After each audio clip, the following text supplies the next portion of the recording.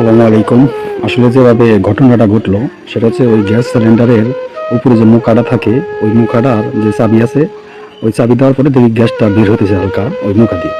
তো কষ্টিপ দিয়ে ওই মুখাটা প্যাঁচ দিতেছি, দিতে হঠাৎ করে এই মানে কেমন যেন ব্রাস্ট ফায়ার হইলো। ব্রাস্ট না, ফায়ার হইলো। ব্রাস্ট দিয়ে তো বাঁচার সম্ভাবনা ছিল না, ফায়ার হইতে এই পরিস্থিতি হয়েছে। তো গেঞ্জি যতটুকু গায়ে ছিল, এই গেঞ্জির পরে থেকে এই যে এখান থেকে এইভাবে আর কি লেগে গেছে, হাতটার ভিতরে অতিরিক্ত লাগছে। আর এই সাইডে যে গেঞ্জি যে পর্যন্ত ছিল এখান থেকে লাগছে, কিন্তু হাতটা এই হাতে বেশি ক্ষতি হয় নাই। পায়ের মধ্যে কিছু ট্রমা হচ্ছে, পায়ের মধ্যে কিছু ক্ষতি হয়েছে।